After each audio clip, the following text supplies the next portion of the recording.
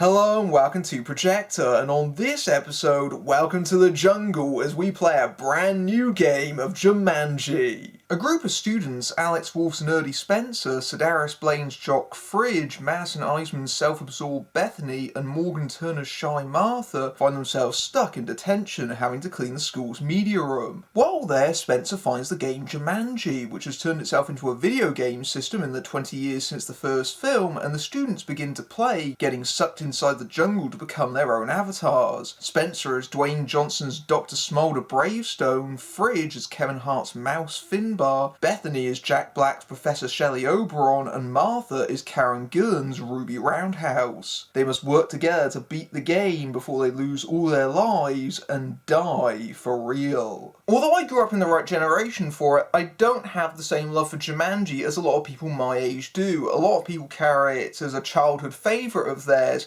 but I perhaps grew up a little bit too late for it. I was 5 when it came out theatrically, so that was a bit intense to take a 5-year-old to. I caught up with it when it was on television, and I thought it was okay. I watched it once and forgot about it.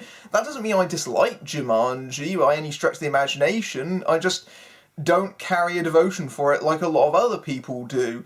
And with that in mind, I think that Jumanji, although it's based on a children's book by Chris von Allsburg that was published in 1981, what that original movie primarily existed for was as a big special effects showcase. It was there to take advantage of what was then brand new CGI technology and really see what it could do.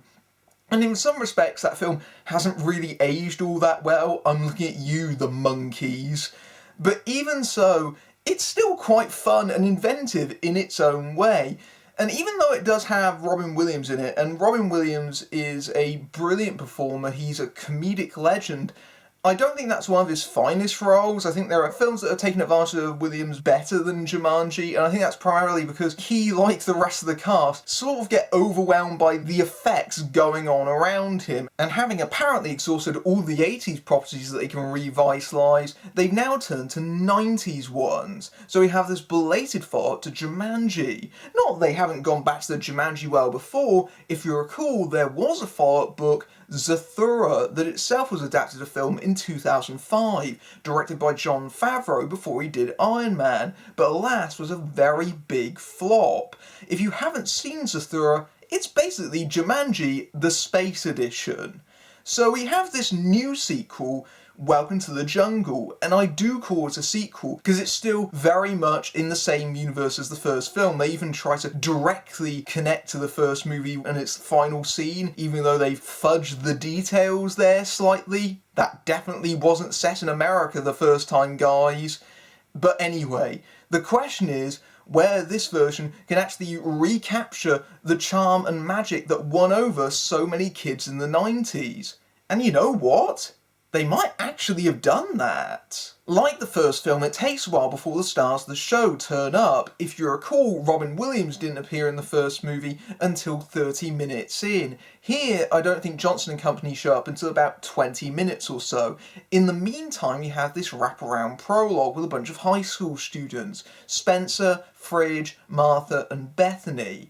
And basically, it seems like the filmmakers have said to themselves, okay, we may not be doing a follow-up to an 80s movie, but let's take the tropes of one, in particular, the classic, The Breakfast Club. And each of these characters fits a particular archetype. It allows them to establish these characters very quickly, very easily, without having to spend too much time on them before we actually get to the meat of the film. And each of these characters lines up with certain members of the Breakfast Club, in that Spencer's the nerd, Fridge is the jock, Bethany is the beauty, and Martha is the recluse. And if you're thinking to yourself, hang on a minute, didn't the Breakfast Club have 5 members? Wasn't there a rebel in there somewhere?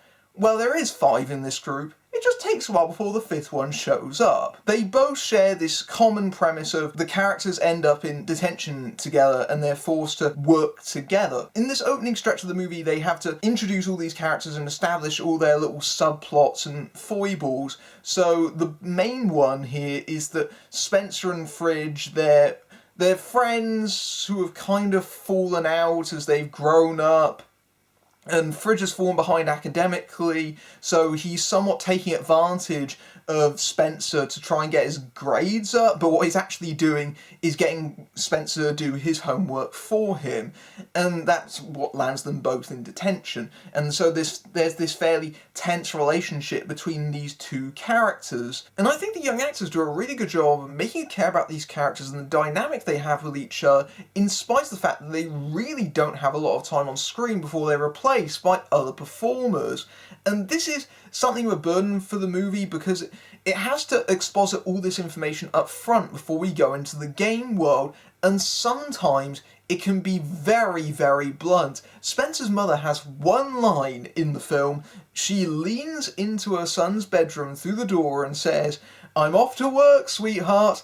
Don't forget to be afraid of everything." I couldn't have, joined up the dots there. Sometimes the movie feels the need to explain these things very overtly, and it feels a bit cumbersome. But generally, I think that this opening section holds your attention, and you don't spend that portion of the movie going, well, when's Dwayne Johnson gonna show up? Of course, once Johnson and the rest of the stars show up, it's then that the movie really starts coming to life, and I think the video game premise is genuinely inspired. If you look at the original Jumanji, it's actually very episodic in structure, because it's very much about what next threat is going to be unleashed with the next dice roll. And so you have the stampede, you have the giant mosquitoes, you have the tigers, and so on and so forth. It's set piece, set piece, set piece, set piece.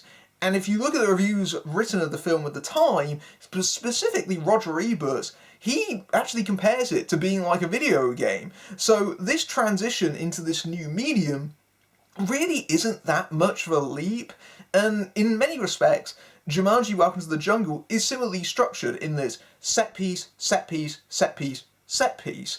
But that makes sense in a video game because you have a clear sense of progression there. You're moving from level to level to level to level in that respect. I think the other big thing is that it adds a new spin to familiar territory. So many revivals do the same thing and expect it to work again. Welcome to the Jungle doesn't do that. Yes, it does have callbacks. Yes, it does have things that's taken from the original, but it tries to do its own thing. It takes the core concept and spins it around, essentially. So instead of all the objects coming out of the game into the real world, we've reversed that premise so we see what happens inside the game. That's really something that got me on board with the film, is that, okay, we are trying to respect the original, but that doesn't mean that we have to be completely faithful to it at every single point. There are other substantial differences, especially with regard to tone. If you look at the original 1995 film, it's very much a horror movie made for children. If you look at how sequences are designed within it, they're very much building up tension and suspense in the same way that you would building up a scare scene. And so with that, I think it's quite an intense film considering it's made for kids, and there is definitely imagery in it that's quite unsettling. I'm looking at you, the bit where Alan gets sucked into the game board. Welcome to the Jungle doesn't try to do that. It trades those horror tropes the first one had for action ones instead, which makes total sense given that Dwayne Johnson is in the lead. The emphasis is very much on excitement and adventure, and the action sequences are generally handled with fast cuts and crunchy sound effects in that regard. So I think it's a fairly family-friendly movie, this follow-up, in spite of its PG-13 rating, which is for the odd off-colour joke. It does seem like the movie is trying to play towards a slightly older audience, but the tone is much lighter than the first film. So if you have a kid that's a little bit squeamish about horror things, this might actually be a better first introduction and then move them on to the original film, I think. This one is definitely played much broader and much more towards comedy. And in that respect, Welcome to the Jungle improves on its predecessor. It's far more of a comedic and especially a character-based movie. The film draws a lot of humour from the video game premise. It very much uses the tropes of video games that a lot of people will be very familiar with at this point. So you've got the ideas of these avatars having multiple lives. There's a nice little gag where there's an expository flashback and the characters go, "What's happening? Oh, I think we're watching a cutscene." And I kind of wish that the movie played around with that a little bit more. It sets it up, but it kind of falls by the wayside as it progresses.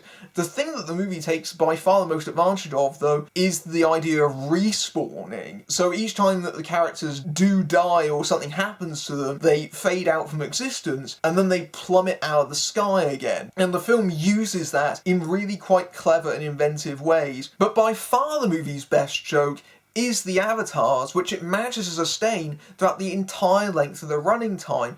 And that is really impressive when you consider the challenge that places on the actors. They have to essentially pick up where the prologue leaves off. But Johnson, Gillen and Black are so very game, if you excuse the pun. It really is a seamless transition. You completely buy them as the characters that were set up beforehand, and in doing so, that unlocks a whole raft of comedic potential, because there's a lot of humour to be had from placing these characters in archetypes that are the exact opposite of what they are, and in doing so, having these limitations either released or thrust upon them. And Johnson and Gillen and Black have shown themselves in the past to be excellent comedic performers, and they really sink their teeth into this material. Johnson really seems to be relishing playing against type. He's sort of parodying his own image of being extremely competent, very hyper-masculine, and instead we have this very nebbish, uncomfortable person who has to occasionally remind himself, yes, he can do these things. He's in a character that can literally do anything, and that is liberating to him. And yes, he does get the hero moments that you would expect from him, but it's really charming and shows just how much of a terrific comedic performer he is. Karen Gillan also shows how strong she is in this regard, because she's playing this character who is quite sexualised in her own way. Ruby Roundhouse, she is the killer of men, as she's described in the game's biography, and she appears in this outfit that's impractical for the environment. And yes, movie, you can make a joke about that, you can point that out. It doesn't entirely let you off the hook for doing that though, but it does serve a little bit of a purpose, I think, in that Martha, she's very, very much uncomfortable in her own skin to begin with, let alone in someone else's.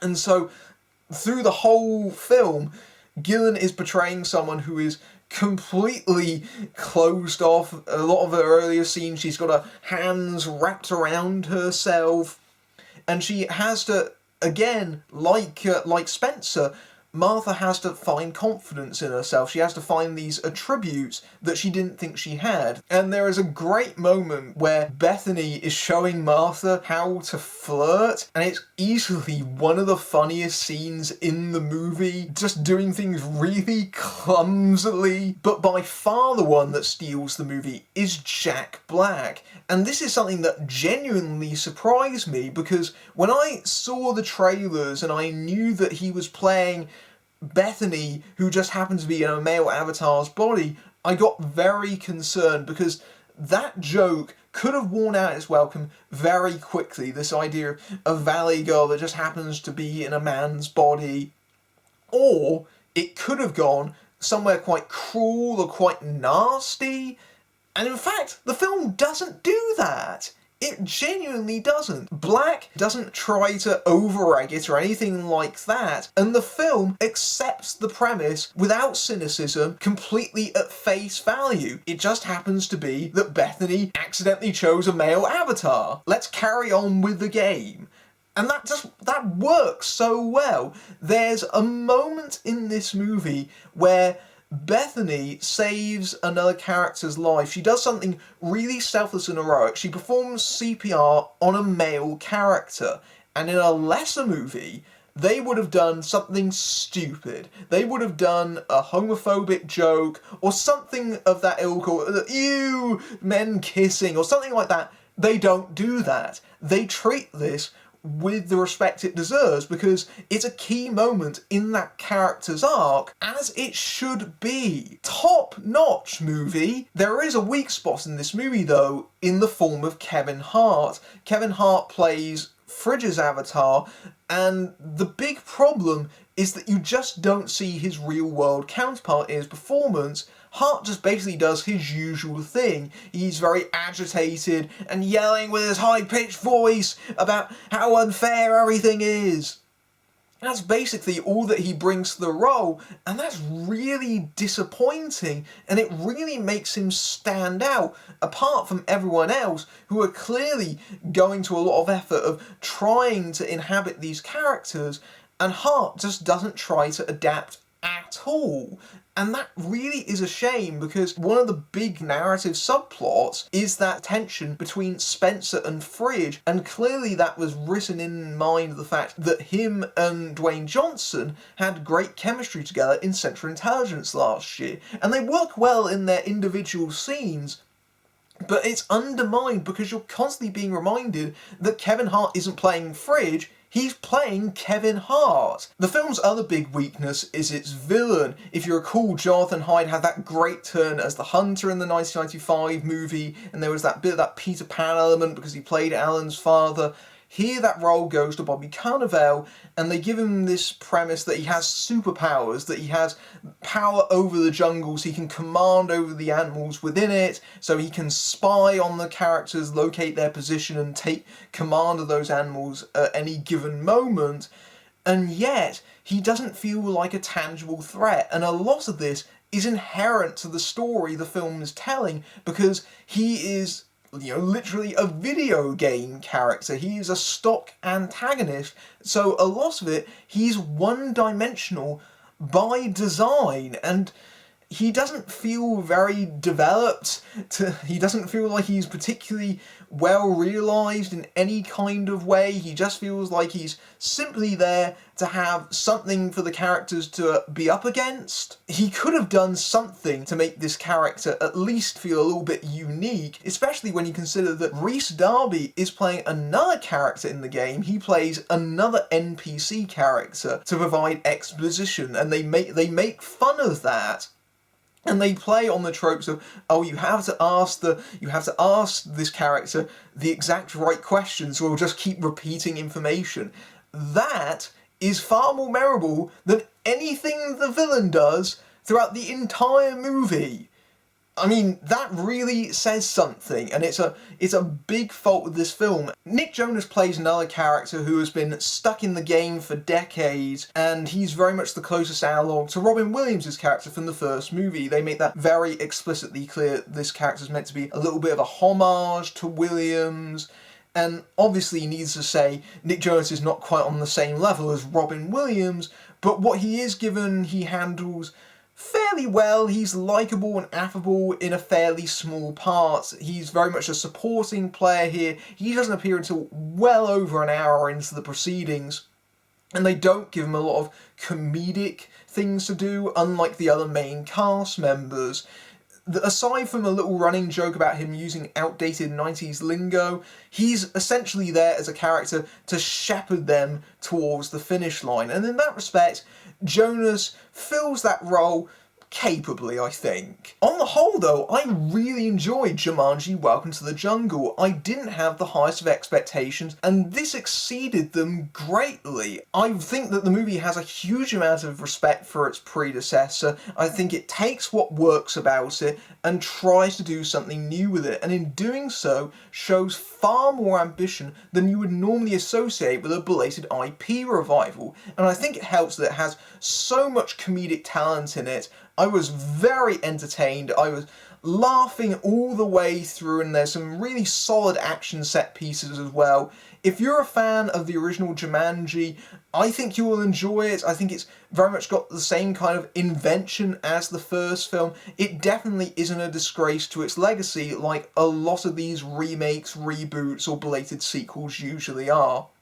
So really, honestly, if you're interested in going to see this, roll the dice and play. Jumanji: Welcome to the Jungle is a likeable sequel that carries the same fun and inventive spirit as the original, and like its predecessor, is no classic, but it is enjoyable. Trading horror tropes for action, this new Jumanji succeeds where so many belated revivals fail because it's not a retread. The video game update adds a fresh dynamic to the proceedings as the film plays with their conventions and respectfully takes elements from the original, but also does plenty that's new and different. In some ways, the film makes a big improvement on its earlier entry that was largely a rollercoaster effects showcase with a lot of character-based comedy from the avatars, as Johnson, Gillen, and especially a scene-stealing Black mine the body swap gimmick for some very big laughs, although Hart largely does his usual shtick. It suffers from a weak villain and clunky exposition, but this is a pleasant surprise that may not be necessary, but it's a whole lot more entertaining than it has any right to be, and on par with the original. If you like this review, then roll the dice on my Patreon, where you can see my reviews early among other perks,